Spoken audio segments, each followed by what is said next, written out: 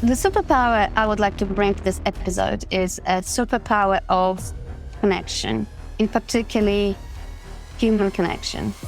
And that is three things in my mind: is the connection to ourselves, is our ability to connect with others, and our ability, especially at work, to actually connect to the purpose and the organization that we are part of and we spend so much time in.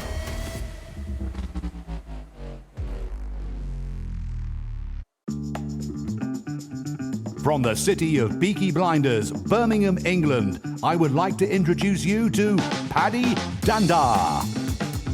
As the world becomes more automated and the robots take over, it's imperative that we build the right human skills for the future. So pull up a chair, grab a samosa or two, and make yourself very uncomfortable. Dear friend, thank you for joining me for another episode of the Superpower School podcast. I'm your host, Paddy Dhanda. And on today's episode, I have somebody who I've previously worked with, somebody who I often pester for information and knowledge. She's one of the most lovely human beings I know and always willing to help. She is a organizational transformational coach. She helps organizations navigate change with a human touch so they can get the best results that they can. And I'd love to welcome Anna Urbaniak to the show. Anna, have I said your surname right? Because I always think I get it wrong. No, you spot on. Thank you so much for having me. Very excited to be here. We planned this for so long, Paddy, and it's finally happening, which feels like something to celebrate. Thank you for having me. Oh, you're welcome. I was saying just as I was recording the intro, I don't often make a mistake as I'm introducing the show. And today I did. And I think it's the nerves. Look, the nerves are jangling because you're on the show. So that's the impact you're having on me. Or maybe it's the fact that I was just giggling right before you started. Don't tell anyone. So, Anna, what superpower would you like to bring to this particular episode? The superpower I would like to bring to this episode is a superpower of connection, in particularly human connection. And that is three things in my mind: is the connection to ourselves, is our ability to connect with others, regardless of their role, their status, where they're from, and our ability, especially at work, to actually connect to the purpose and the organization that we are part of and we spend so much time in. Wow.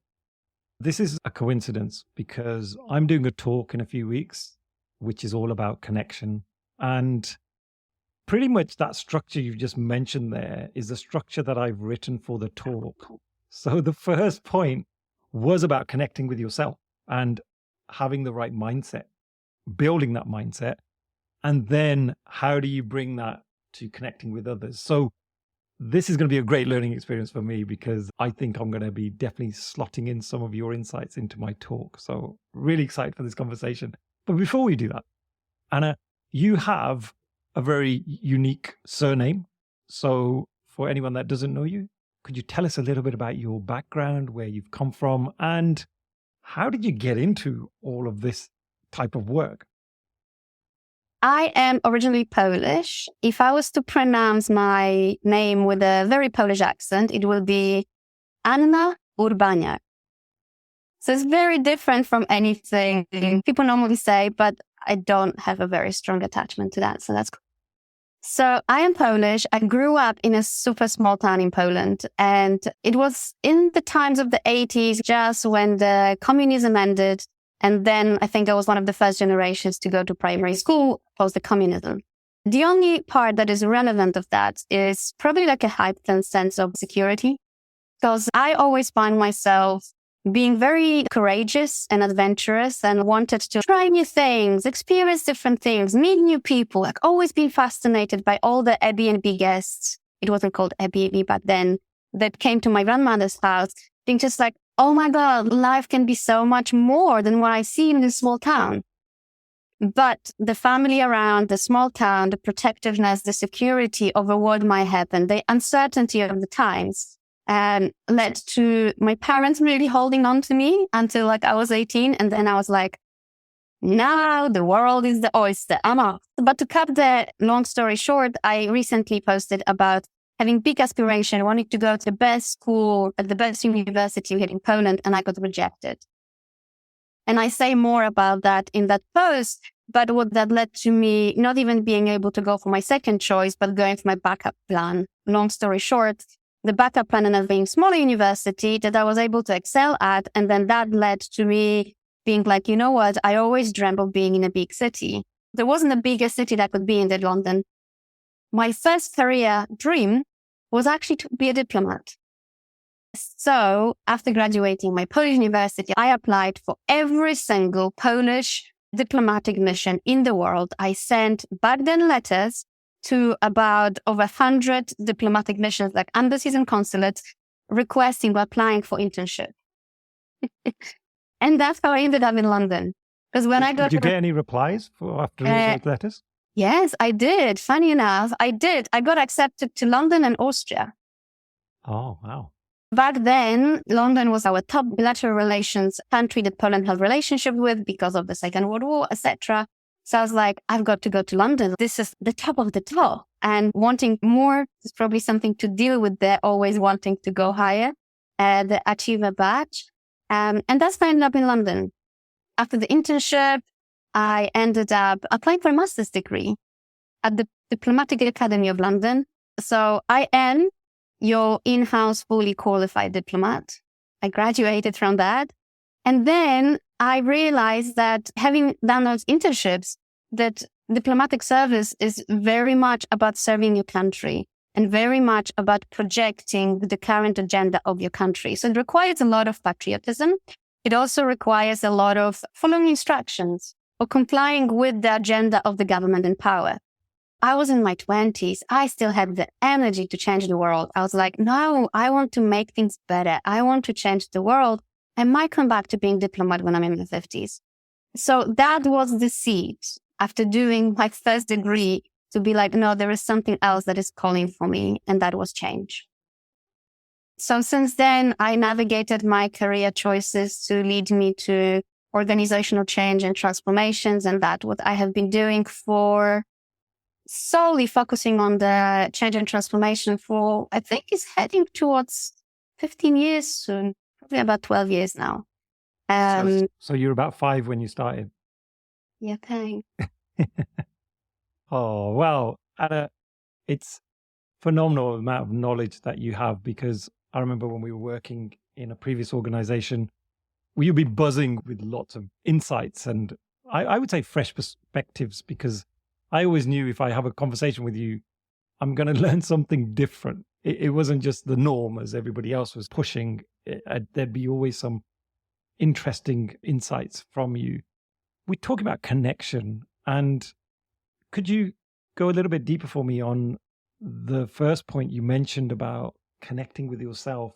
First of all, why is it important to have a superpower of connection? And then how do we connect with ourselves?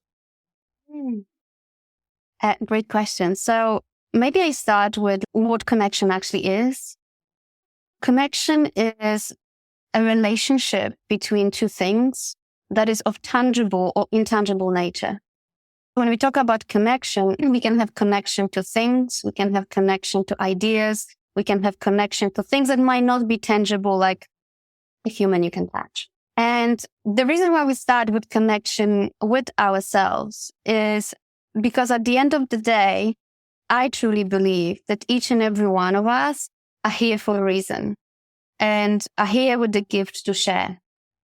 Another thing I have learned on my journey and just kind of experiencing life is that there is this incredible emotional guidance system that we have. Like, our emotions are not just something that happens to us that is unexplained, but it's something that is really trying to guide us or protect us sometimes from things that, again, are tangible or intangible.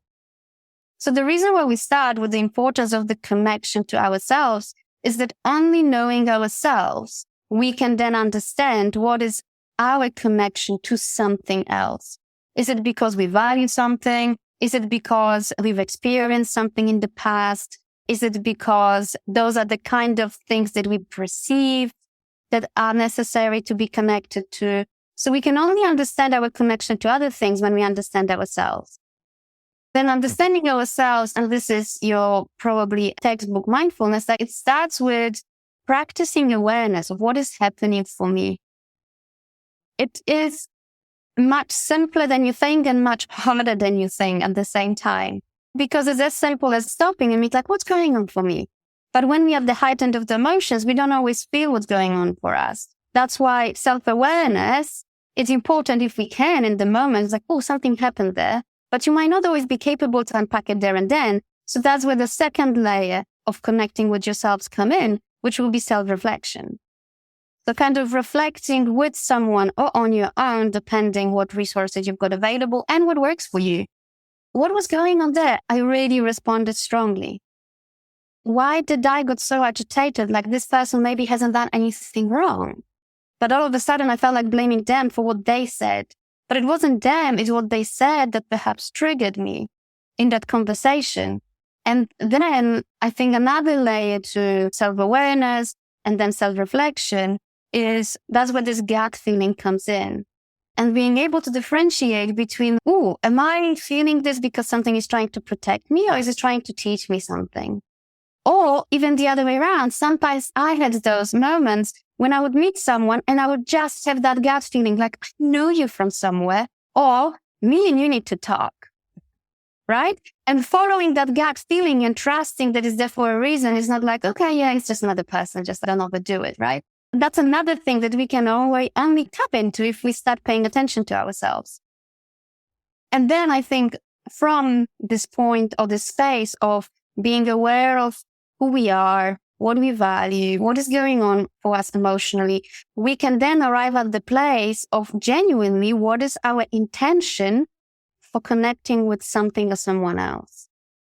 Because any connection without intention can manifest in different ways in people's lives. But the moment that we connect with intention, then things become much smoother and more magical in life, I found. I tell you why I'm so intrigued by connection is in terms of just the experience of this podcast. It's helped me in so many ways because every week, apart from yourself and a handful of my guests, I don't know anybody. And most of the guests are complete strangers. I find it really fascinating turning up on a Zoom call and speaking to someone for the very first time and spending like an hour, but trying to connect with that person. And it's really taught me a lot about just how do you do that? Sometimes we have things in common. Other times we have nothing in common. Like I had a guest who was a psychic medium.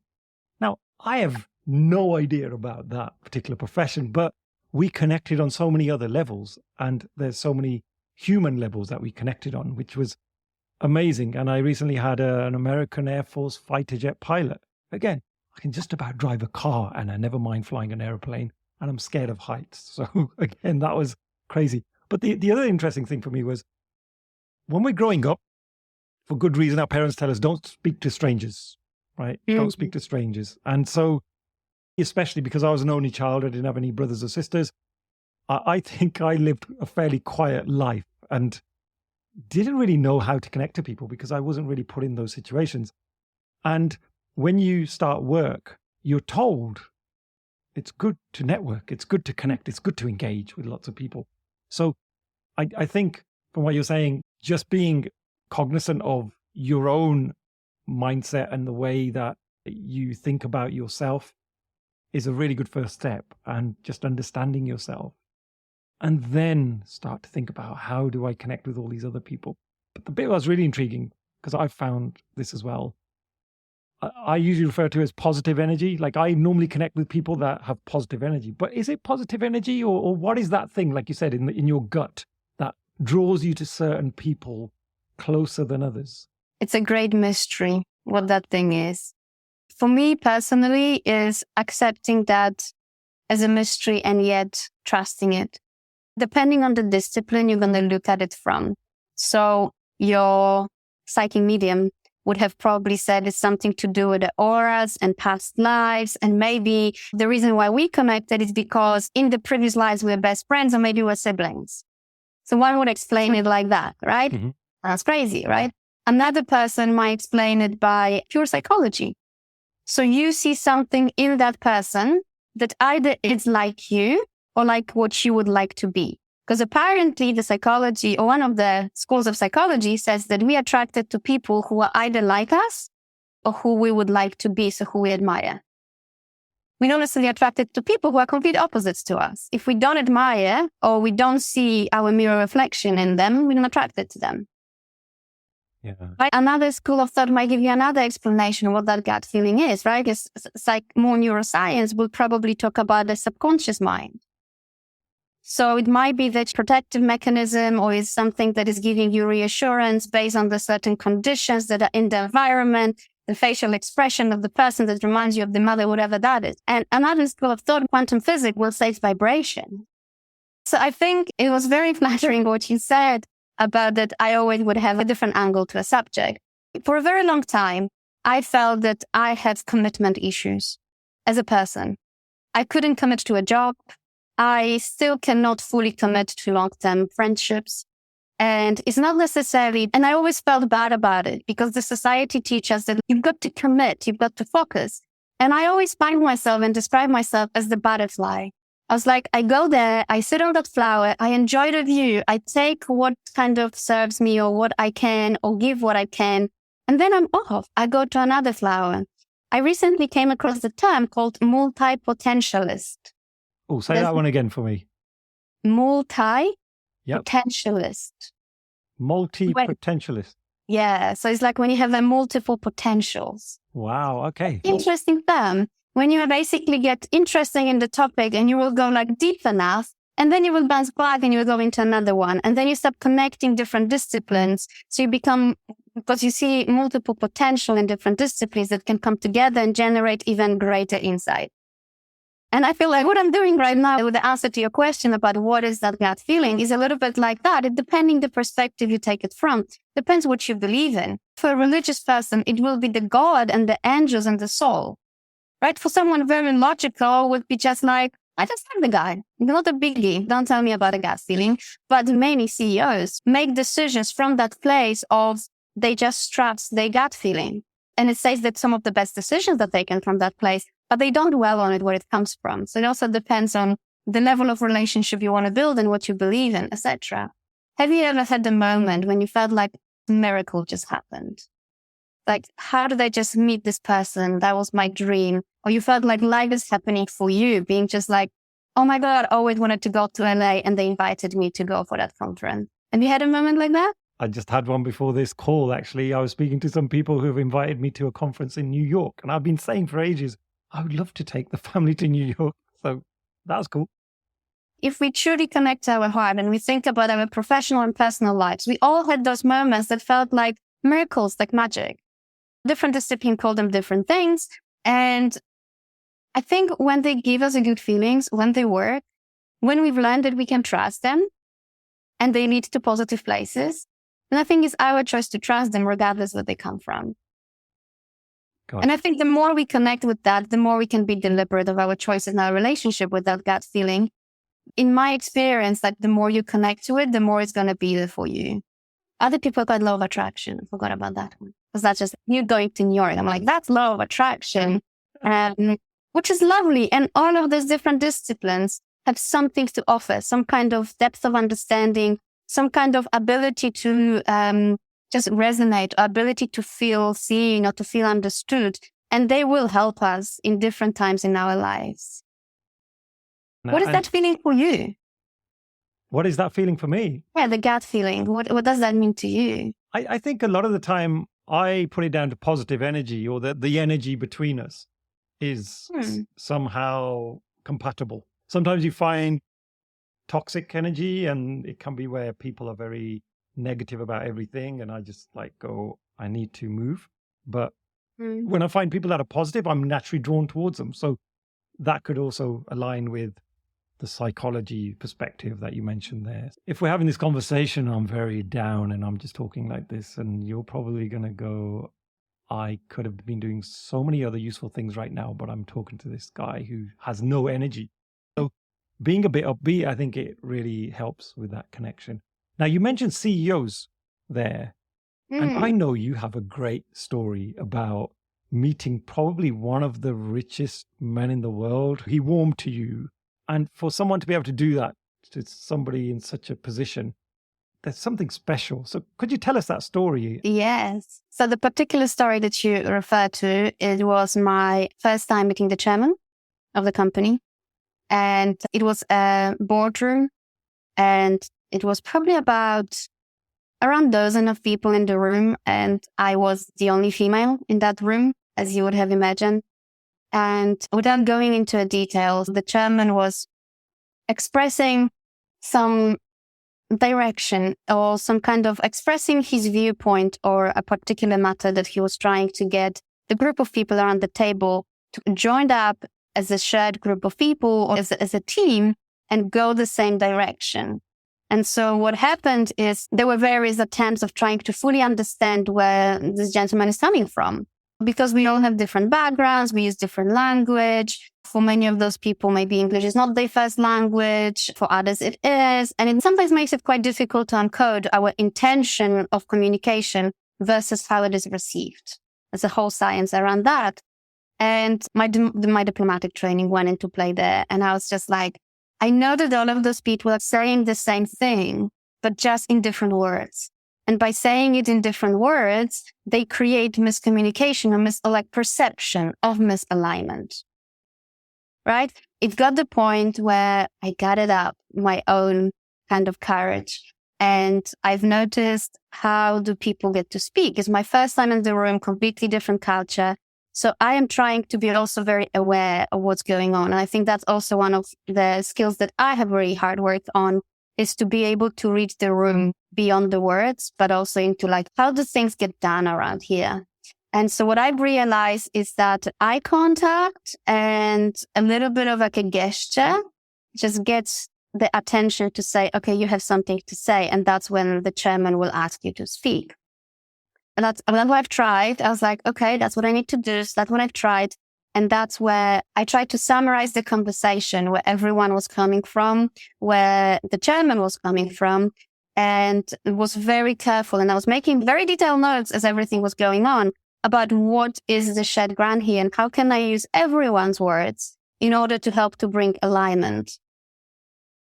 I raised my hand and I tried to summarize the conversation in points because I know that the CEOs are not the people that will just listen to a waffle. So I was trying to be prepared. I'm just like, okay, those are the points. And so I raised my hand, I was given the voice, and I started speaking with I would very much appreciate if I could just play back what I've heard just to make sure we are all on the same page. And then the ask is to do X, and I try to point those things out. And the smile on the chairman's face and his eyes lit up, and he was like, yes, exactly what she said. And 2 or 3 more things, right? So the new ideas came on top of that. And it was a great point of connection from that point onwards, is because not only he felt understood, right? There was the sense of oh my God, you've listened and you understood what's going on in the room, but you played it back to me and I am feeling heard. That's what I think happened in that room that created this connection. And actually, when I think about connection, and we haven't spoken about 2 people connecting, but I think this is a great example. I think what primarily happened here, and that's what I really apply to as many situations as I can, regardless of the ranks in the organization, is that I set the intention for my communication or for the reason of connecting.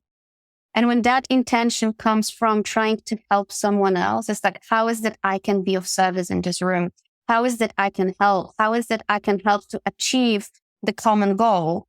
Then it comes from a very different place when you actually put the other person higher than yourself, right? When trying to build connection, I think you get that a lot from networking events, comes from the place of me to try to show off my knowledge or me to try to show off my achievement, how great I am. And don't get me wrong, there is a place and space for people to elevate themselves, and job interviews, of course, talk about your achievements. But I think when we genuinely seek to create connection, it's about that intention that is outward facing, that allows us to connect not from our heads, but more from our hearts, when we just genuinely are trying to help. And I feel that's what happened in that particular story that I shared with you some time back, It was an amazing experience for me because it was probably the first time it happened at that level. But I also think that it happened because that particular person also is very self-aware and was also speaking from the heart.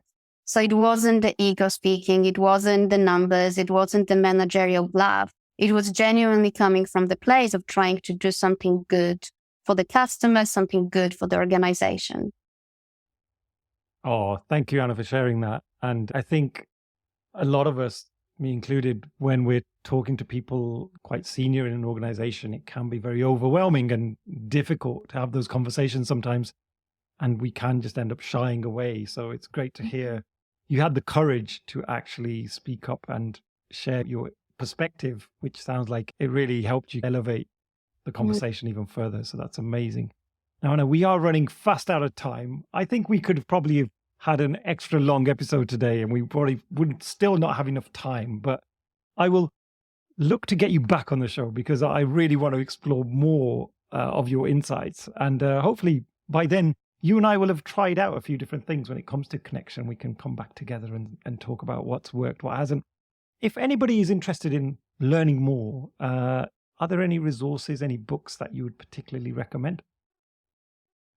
The book that is on top of my head right now is the one I'm reading or actually listening to another audiobook, and the person that is creating a lot of connection between me and what's in the book. That book is called The Myth of Normal by Gabor Mati.